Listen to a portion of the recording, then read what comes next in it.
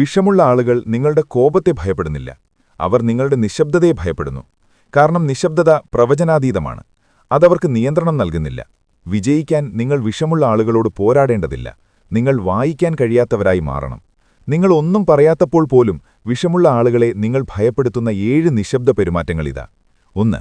നിങ്ങളെല്ലാം നിരീക്ഷിക്കുന്നു, പക്ഷേ ഒന്നിനോടും പ്രതികരിക്കുന്നില്ല. അവർ നിങ്ങളെ ഉച്ചത്തിലും വൈകാരികമായും പ്രതികരണശേഷിയിലും ആഗ്രഹിക്കുന്നു. എന്നാൽ നിങ്ങൾ ശാന്തനായിരിക്കുമ്പോൾ അവർക്കവരുടെ തിരക്കഥ നഷ്ടപ്പെടും. നിങ്ങളുടെ നിശബ്ദത അവരെ സ്വന്തം കുറ്റബോധത്തെ നേരിടാൻ പ്രേരിപ്പിക്കുന്നു. ആ നിശബ്ദ അസ്വസ്ഥത, അതാണ് അവരുടെ ശിക്ഷ. 2. നിങ്ങൾ വാദിക്കുന്നില്ല, നിങ്ങൾ നിങ്ങളുടെ ഊർജം പിൻവലിക്കുന്നു.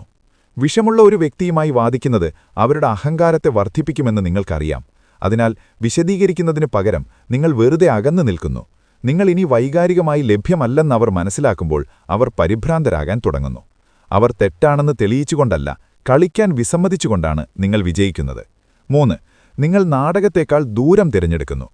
കുഴപ്പങ്ങൾ നിലനിൽക്കുന്നിടത്ത് വിഷമുള്ള ആളുകൾ അഭിവൃദ്ധി പ്രാപിക്കുന്നു. പക്ഷെ ദൂരം അവരെ ആശയക്കുഴപ്പത്തിലാക്കുന്നു. എത്തിച്ചേരാനാകാത്തത് കൈകാര്യം ചെയ്യാൻ അവർക്ക് കഴിയില്ല. നിങ്ങൾ അവർക്ക് പ്രവേശനം നൽകുന്ന നിമിഷം നിങ്ങൾ ശക്തരാകും. 4.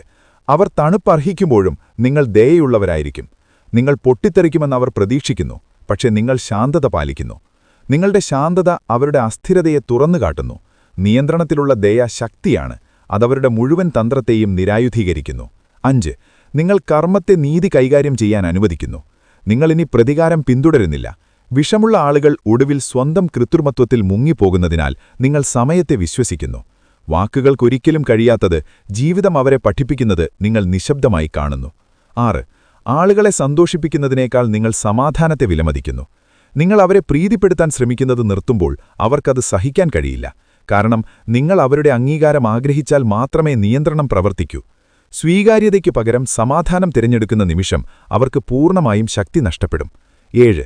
എന്താണ് മാറിയതെന്ന് നിങ്ങൾ അവരെ ചിന്തിക്കാൻ അനുവദിക്കുന്നു. നിങ്ങൾ സ്വയം വിശദീകരിക്കുന്നത് നിർത്തുന്നു. നിങ്ങൾ സ്വയം പ്രതിരോധിക്കുന്നത് നിർത്തുന്നു. ആ നിശബ്ദത അവരെ ഭ്രാന്തന്മാരാക്കുന്നു. കാരണം ഇപ്പോൾ അവർക്ക് നിയന്ത്രിക്കാൻ കഴിയാത്ത ഒരു നിഗൂഢതയായി മാറിയിരിക്കുന്നു. ഓർമ്മിക്കുക, വിഷമുള്ള ആളുകൾ തുറന്നുകാട്ടപ്പെടാൻ ഭയപ്പെടുന്നില്ല, അവഗണിക്കപ്പെടുമെന്നവർ ഭയപ്പെടുന്നു.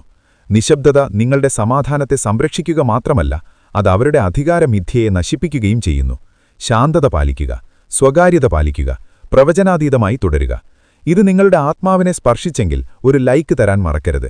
അവിടെ നിശബ്ദത ശക്തിയായി മാറുകയും സമാധാനം നിങ്ങളുടെ സൂപ്പർ പവറായി മാറുകയും ചെയ്യും.